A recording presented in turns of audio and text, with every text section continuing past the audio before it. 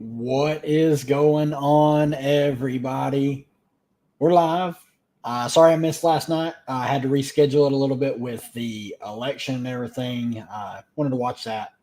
Uh, we won't talk about that, but uh, obviously, not much going on. I've been living under my rock a little bit, not playing very much DFS, really just college football right now. But that's going to change here going forward a little bit. We're going to get back into some MMA. Probably going to do some YouTube videos for MMA, for college football, a little bit going forward, but main bread and butter will always be the WNBA. But uh, let's look forward a little bit. You know, the offseason just started. I mean, the big news so far is Stephanie White left Connecticut and signed with the Fever. So we'll go through all these teams' off seasons, like kind of know what I'm expecting some of them to do. Obviously, we got the expansion team in Golden State coming in. So there's a lot of stuff that could happen. Starting with the Atlanta Dream, like if you look here, like they don't have a lot. Like obviously Cheyenne Parker, their highest price player on the team, unrestricted free agent this offseason. So they're going to have a max slot available. Ariel Powers, also a free agent. Tina Charles, also a free agent. So we'll see if Tina Charles wants to continue to play. If she does, would imagine there's going to be a spot here for her. She's going to have some potential suitors elsewhere, though. So I figure if she continues playing, I don't expect her to re-sign in Atlanta. I think she's going to go somewhere else. But not expecting Cheyenne Parker to return. Really not expecting Ariel Powers to return. Maybe she does for a little bit less. They may be in line on trying to maybe woo a star into coming and play over here. I could see like a Satu Sabali, like them try and throw big money at Satu. We're going to talk about it. There's not a lot of places like where Satu can land really anymore. So, and then like with the expansion draft coming in, they're going to have to protect 6. Obviously, they do not have to protect pending free agents. So, I mean, why would they protect them, especially if they're not going to re-sign them? So, Jordan Canada, Alicia Gray, Ryan Howard, obviously the main 3, they're just going to auto protect. I do expect them to protect Naz Hillman.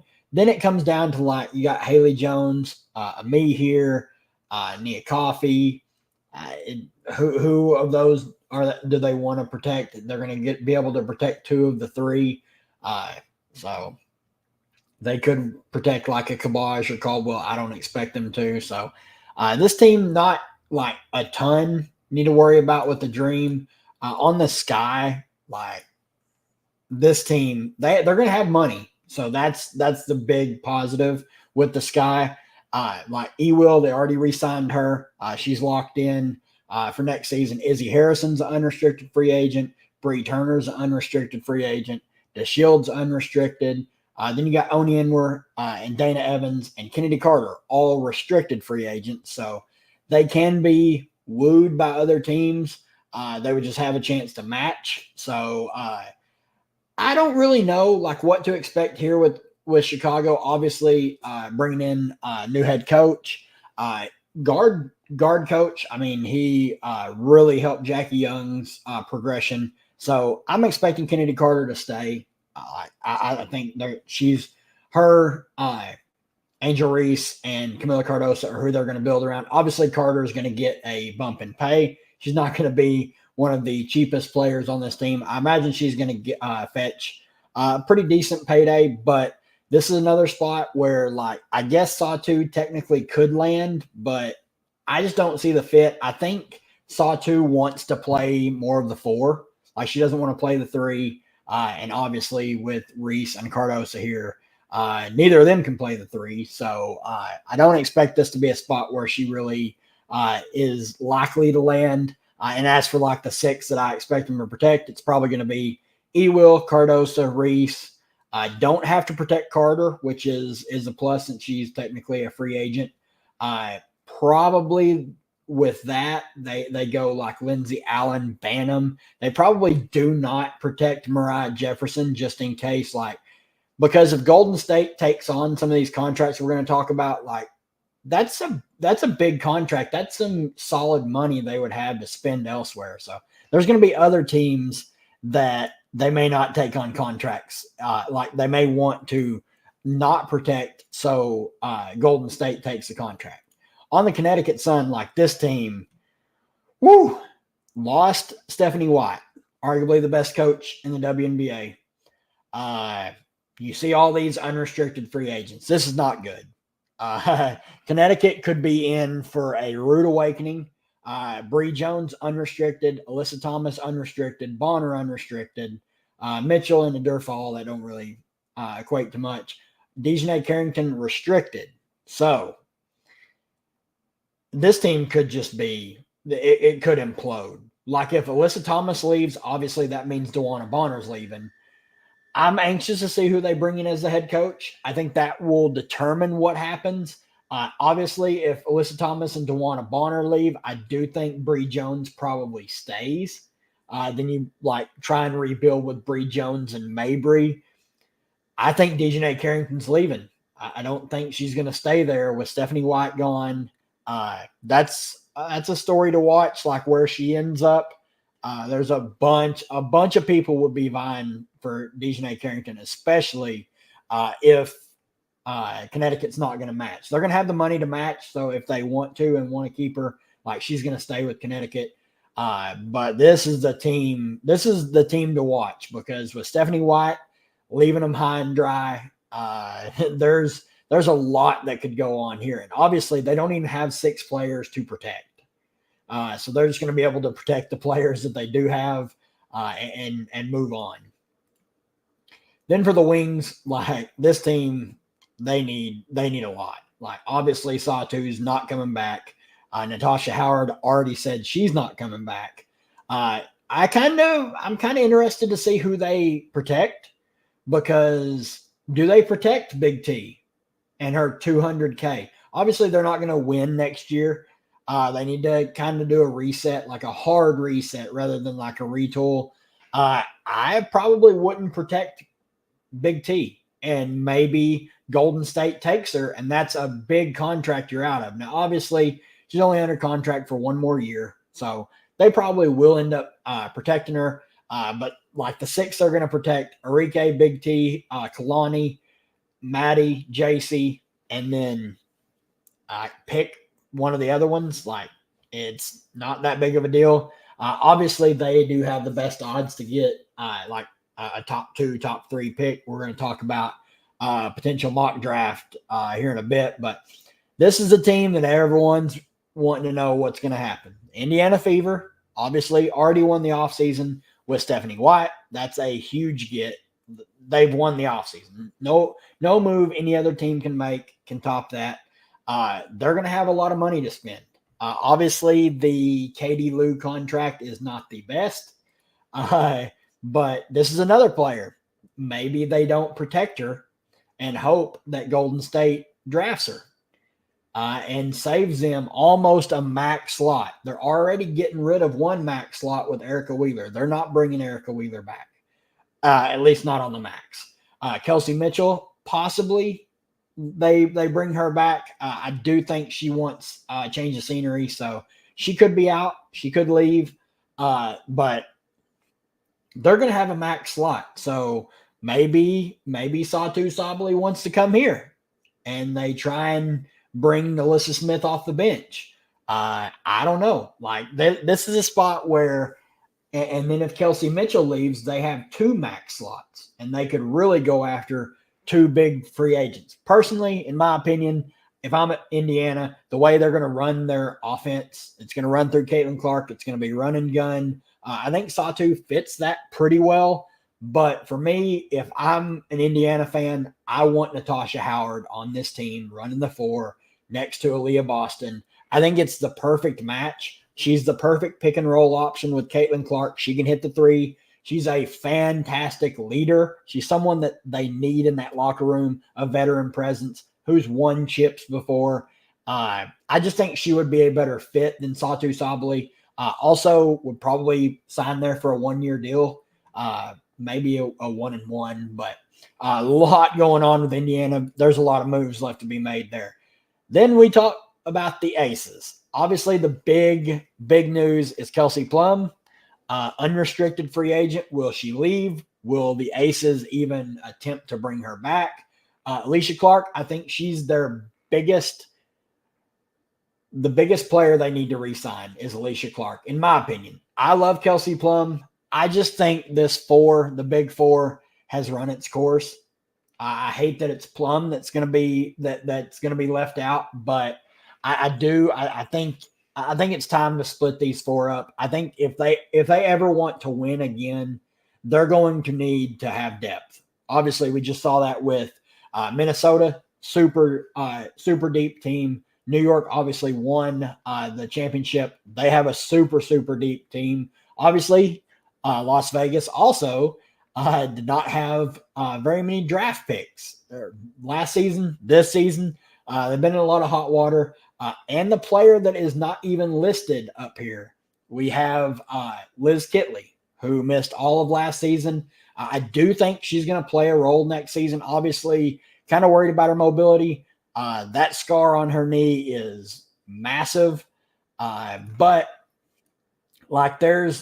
she's a good player. She was a fantastic player at Virginia Tech. They got her because she fell in the draft, mostly just because of her torn ACL. I do think she's going to play meaningful minutes. So I think that will be a solid depth piece.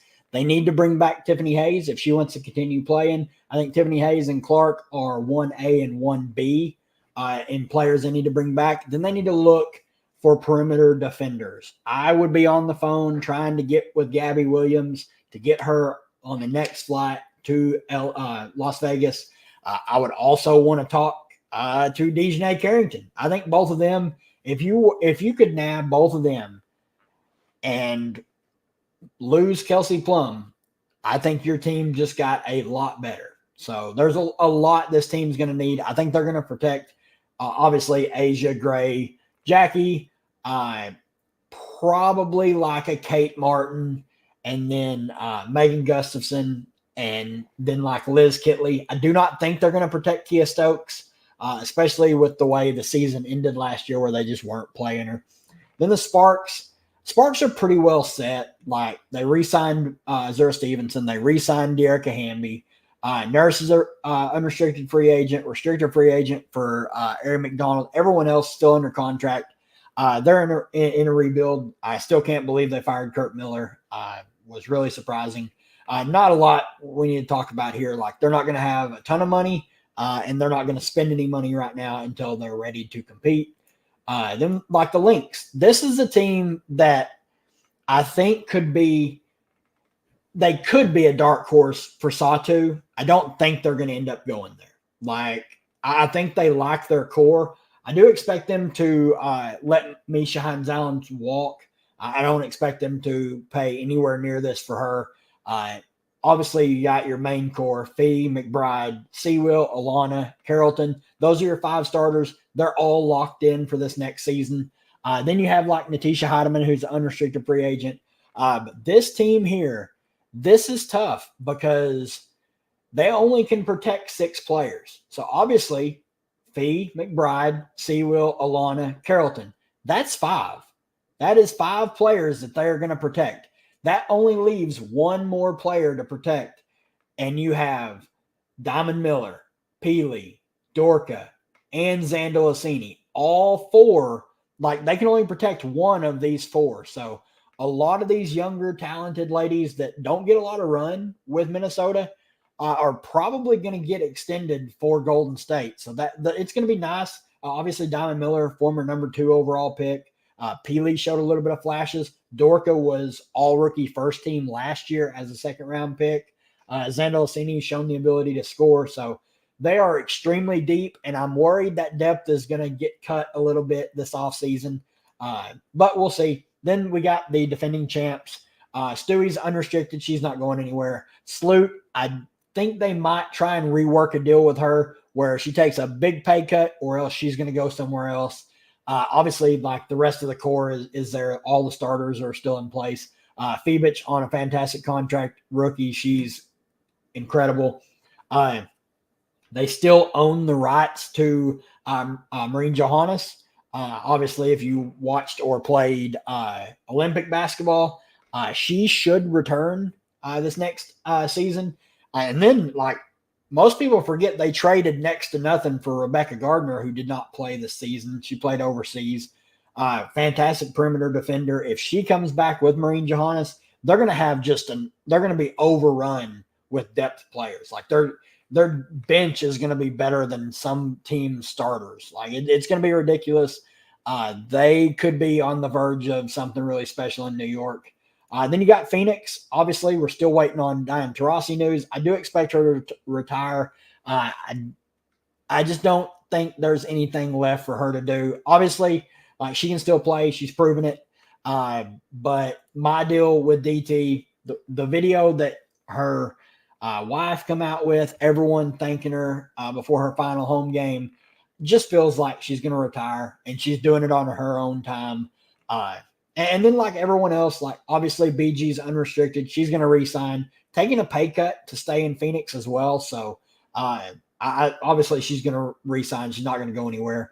Rest of the starters are locked in. Then there's a lot of uncertainty with everything behind the starters. They're going to have to rebuild the bench.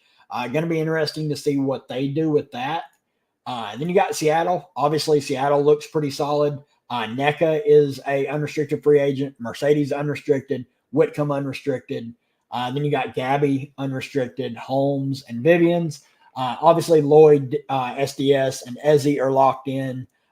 Fully expect NECA to re-sign here. I'm not expecting her to team jump. Then, like, Whitcomb is a solid role player that probably leaves, finds somewhere else. Vivian's, I could see her possibly staying. Horston, obviously, younger player, needs some extra run. And then Gabby Williams, I'm interested to see where Gabby ends up going. Obviously, she loves Seattle, but I personally, selfishly want to see her on my Las Vegas Aces. I think she would make them a lot better. Then Washington, a lot like the Sparks. They have so many players. They have so many players that are under contract, and like they're rebuilding. So not a lot needs to be said here. They're going to easily have 6 players to protect. Atkins Sykes, Carly Samuelson, Kira Austin, Leah Edwards, Jade Melbourne. Those are probably the 6. They probably let Sikakone and Dolson. They probably let Big Mama Steph leave her unprotected just in case if Golden State wants to draft her. Because like you got Shakira Austin took a big leap forward when she was healthy. Leah Edwards played really well. Then you've got who else? Oh, you still have like Elena Del Don. What's she gonna do? You got Ingsler, Sekakone. Like there's a lot on this team. Like they could do a lot of different things.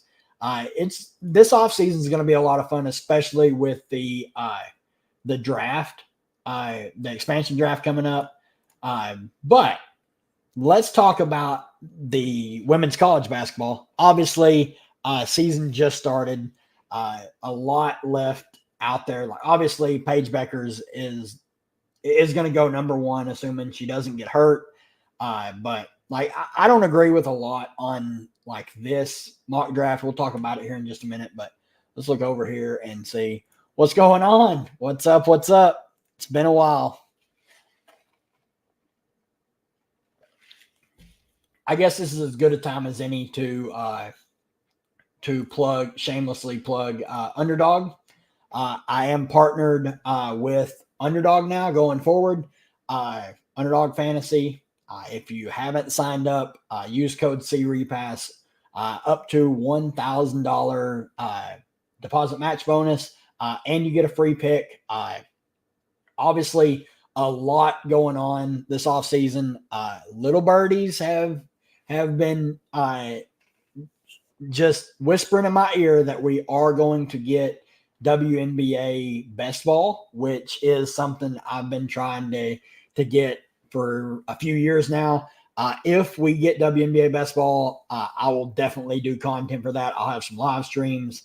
I will have content in the Discord. Obviously, last stream I did and in the Discord, I mentioned For next season, we will still do slate breakdowns on YouTube every day.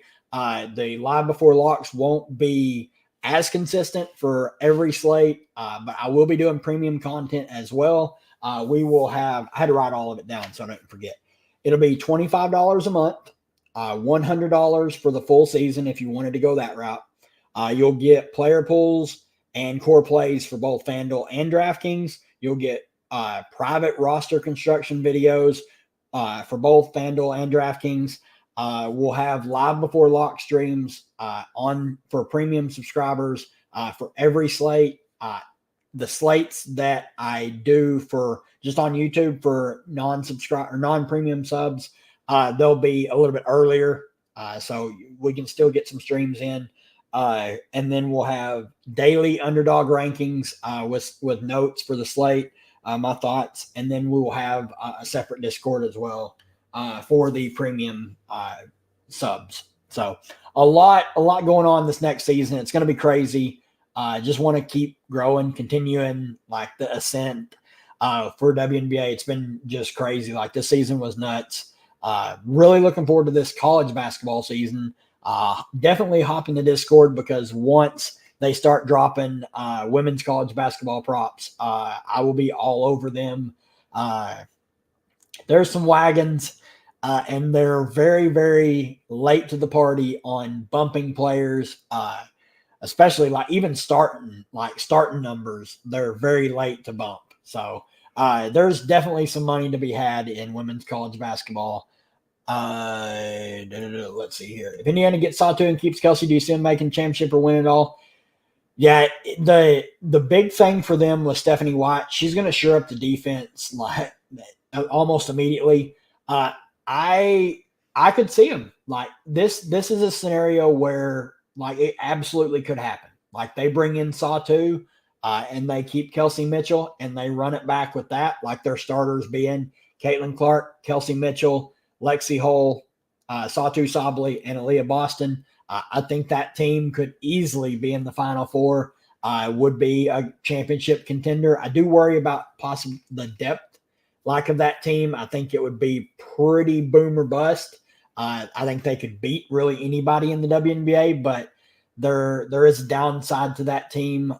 I personally would rather see them go out and sign Natasha Howard. I just think she fits a little better than Satu would. Obviously, Satu's younger, has a lot more upside, a lot more juice left in the tank for a player like her. But I think what Stephanie White's going to bring to that team, she's going to want a veteran presence in there. That's why I think it might be more of the Natasha Howard role. But yeah, that team, they're headed in a great direction. That team could just nuke off because Stephanie White's arguably the best coach in the WNBA. They already have an elite cast. Like Caitlin Clark's only going to get better. Aaliyah Boston is one of the most underrated bigs in the WNBA. I mean, we'll see. Like, who can Stephanie White bring from Connecticut? Like, who's going to follow her to Indiana? There's a lot of players on that team that could just follow her. And would it surprise me if Dejanay Carrington went there? No. Like, it wouldn't surprise me, but I don't think she will. I just don't think she would fit in with that team. But I mean, it's Stephanie White. Like nothing would truly surprise me. We mainly need a good power forward. Smith, I've been like, yep. I think I think that is the main focus for Indiana this offseason is going to be getting a solidified four. I think Lexi Hull is pretty safe at the three, especially because she's a quality perimeter defender. With Stephanie White, I think she's going to fit in perfect there. If for some reason Kelsey Mitchell leaves, like let's say she goes to Golden State and they bring in someone else, they're going to look for more defense driven because they already have Caitlin Clark, they already have Aaliyah Boston. Let's say they get Natasha Howard or Satu, they're going to have plenty of offense.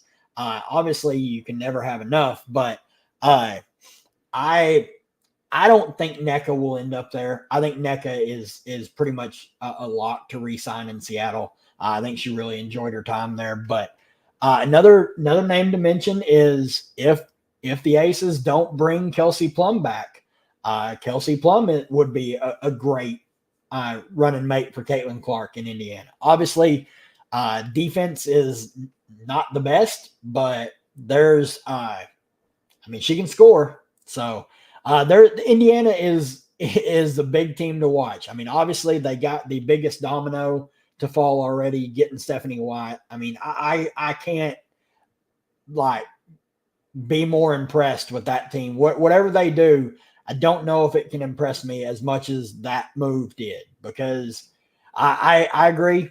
I think it's her and Reeve are the two best coaches. I would probably throw Becky Hammond in there as well, but if I'm starting a team and I have my pick of the litter for coaches, it's probably Stephanie White, and then it's probably Cheryl Reeve. Those are the first two that come to mind for me.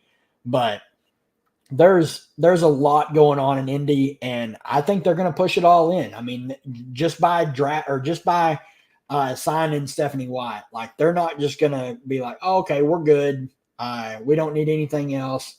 They're going to spend their money, and if Golden State drafts Katie Lou Samuelson, ooh, the Indiana Fever are going to go crazy in the free agency pool, because they have a lot of talent that is not taking up that much of a payroll. So there's a lot to like there, a lot to like. So I'm really looking forward to free agency, just to kind of see. I think the first domino is going to have to fall with Indiana in free agency as well. Like people aren't going to want to make moves until they see who goes there, and try and either build teams to beat them or maybe try and build teams to join them. So we'll get back over here on this this mock draft that I saw the other day. I think it was like late September they dropped this one. Yeah, September 24th. Obviously, I do expect Paige Buckers to go number one. It doesn't surprise me at all. She absolutely nuked in her first game of the season. This is very true. She's comfortable in either guard spot. She is a plus defender. She's a excellent shooter, like a ridiculous shooter. And like people forget, a couple years ago, like she was the talk of women's basketball. Then obviously Caitlin Clark come in and just went wild and kind of stole a little bit of Paige's thunder. But obviously a lot of knee issues, a lot of injury concerns. But if the Sparks can grab her, she fits either guard spot, probably best suited at the point where she has the ball in her hands, can facilitate a little bit more. But just an elite player would definitely speed up the rebuild for the Sparks. I do think this is where she ends up. I think the Sparks will win the lotto. And then the Wings, like if the Wings end up with pick 2, I think Kiki Irfin is like the best spot for to replace both Sawtoo and Nat Howard. She's just an incredible talent. I don't think people really realize how good of a player she is. Been playing at Stanford, transferred to USC this season to play with Juju. So she's a great defender. Obviously would fit in well for a team that is not good on defense, which they did fire their coach, who was a defensive-minded coach, we might add, but obviously did not help them this year. But there's a lot to like about Kiki Irfin. I do think she will go pick 2. I think these two, like Paige is going to go 1, Kiki's going to go 2, assuming no injuries or anything like that. And I don't even really think it matters who the teams are. Obviously, I do think 1 and 2 will be the Sparks and the Wings. So that I kind of agree with. Obviously, the Wings own the Sky's first round pick. It does have some protections to it, but it's a pick swap. So they're going to get the better of the 2 picks. So that's why I think they're going to end up with pick 2. Let's see here. We've got a couple questions. When's the draft? The draft is usually like 2 weeks after the national championship for college basketball. So then it's a pretty rough period for the college girls because they play all season, then they get like 2 weeks off, get drafted, are off maybe a week, then have to go in for training camp. Then the preseason starts, then the WNBA season starts. So not a lot of a break for them, but I mean, it's not a lot of these rookies won't come in and just play massive minutes immediately. I mean, obviously there are exceptions like Caitlin Clark, Kiki Irifin will play a lot immediately. Obviously Paige Becker as well, but there's a lot of players that, like, I mean, they may get 10 to 12 minutes a game, like nothing crazy. Where we think Paige goes, I think she goes 1 overall. If maybe like if Dallas was to squeak out and get pick 1, I think they still pick her. I think that would be like, ooh, that'd be awesome. Like to see her and Enrique running around together would be cool. I think the best fit for her is LA, though. I think that's what the WNBA wants. To have an LA team that's popular, that is good again. You have Cameron Brink, you'd have Rakia Jackson, you'd have the young three. You'd have Paige Beckers, Rakia Jackson, and Cameron Brink to build that team around. That's a very enticing coaching opportunity as well, especially if they get the number 1 overall pick. I heard about the Golden State team. Is that yep? The Golden State team, the Valkyries are the expansion team coming this season. So they will be in the WNBA next season, and they will they'll get picked. I think it's locked in. They get pick 5 or pick 6. So they're going to have a top 6 pick, and then they'll get the expansion draft players as well. So their team won't be terrible. Like, I mean, they won't be good. I don't expect them to make the postseason, but for DFS purposes, I think they're going to be a team we will absolutely want to target. So then kicking back off on this mock, like the deal with Chicago, like let's say Chicago gets pick 3. They're in a tough spot. Like, obviously, I think Anissa Morrow is a good player. Like, I think she would be solid as a small forward. I just worry about her like defensive ability as a 3. And like, I mean, 24%. Oh shit. 24% from behind the arc, like shooting the 3 ball. That's not good.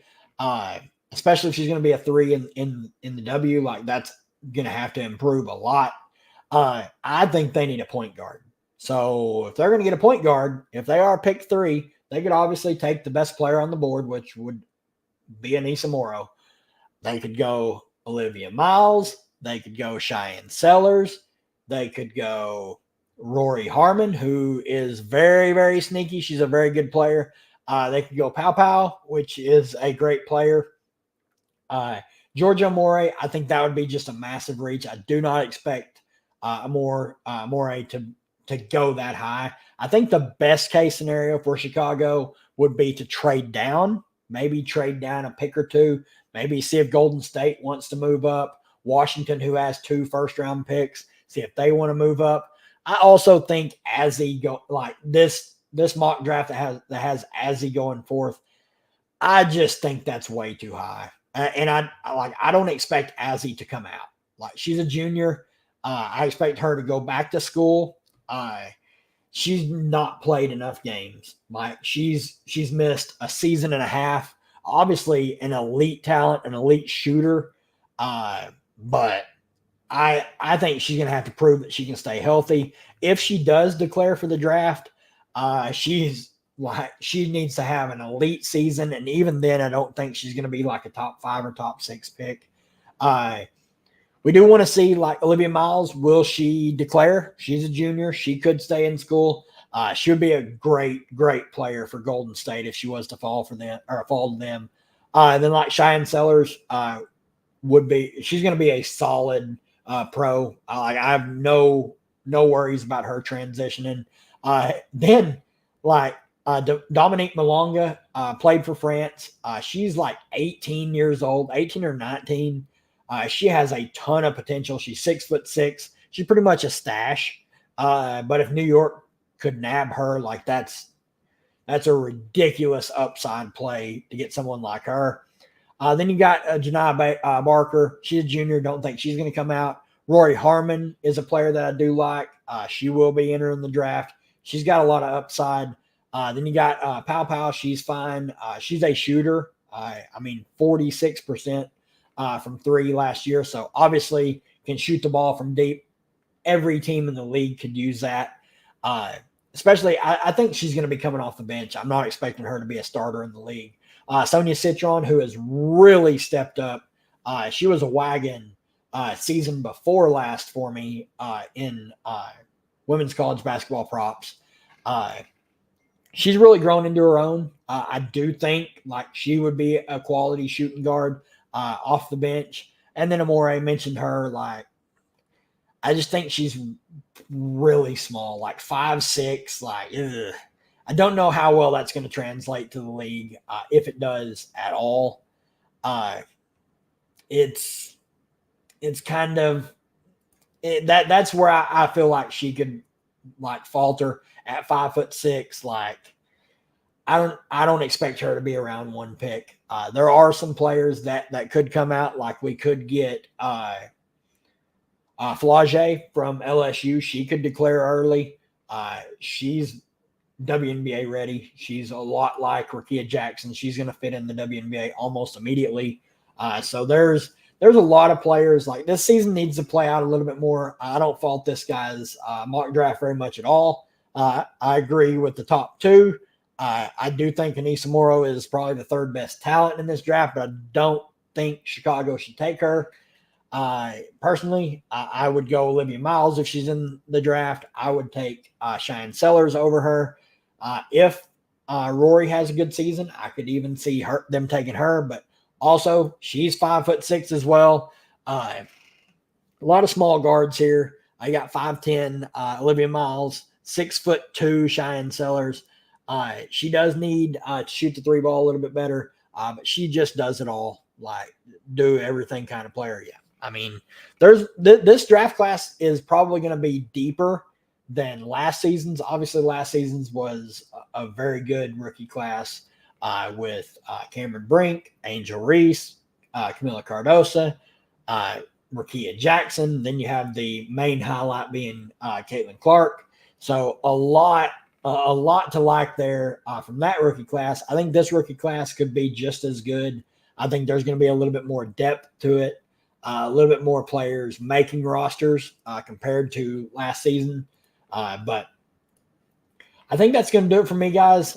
Just going over that. We will do these every now and then where I'll have I'll hop on and see what all we can talk about. I'll try and get some guests next time so it's not just me rambling on and on. But we'll get back in the swing of things on YouTube. Going to have some MMA content coming out and some college football content coming out. I hid under my rock for a little bit after the WNBA season ended, and I'm ready to get back in the streets and do some battling. But really looking forward to this next season. Obviously, if you're not in the Discord, hop in the Discord, DM me on Twitter, whatever. We'll get you in there if you're not in there already. We've got guys playing NBA every night, like pretty much every sport you could play. Like there's people playing it. So, and happy to help if you don't know what you're doing. So definitely hop in the Discord. I will have women's college basketball props dropping in there really anytime. And I've been keeping people updated on the underdog side with the potential for WNBA best ball.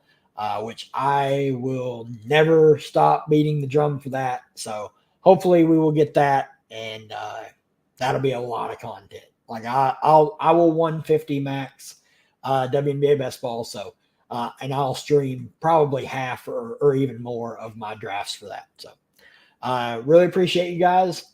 Sorry it's been so long, but it was good to be back in front of the camera. Talking to you guys again. Good luck to everybody in whatever sports you're playing DFS wise. Hopefully better slates. I think it's only going to go up for us. So I'm really, really looking forward to next season. 6 months away, I think. What? December, January, February, March, April, May. Well, December, January, February, March, April, May. Yeah, 6 months. So yeah, I can't count, but we'll talk to you guys later. I hope you guys enjoyed this little stream. It was fun. I've been wanting to get this out there on like the off-season thoughts. We'll definitely do some more once free agency kicks off or we get to this expansion draft. I'll probably do a live stream during the expansion draft, talking over my thoughts on what's going on. Trying to get a couple guys on with me as well, but we will see you guys in the next one.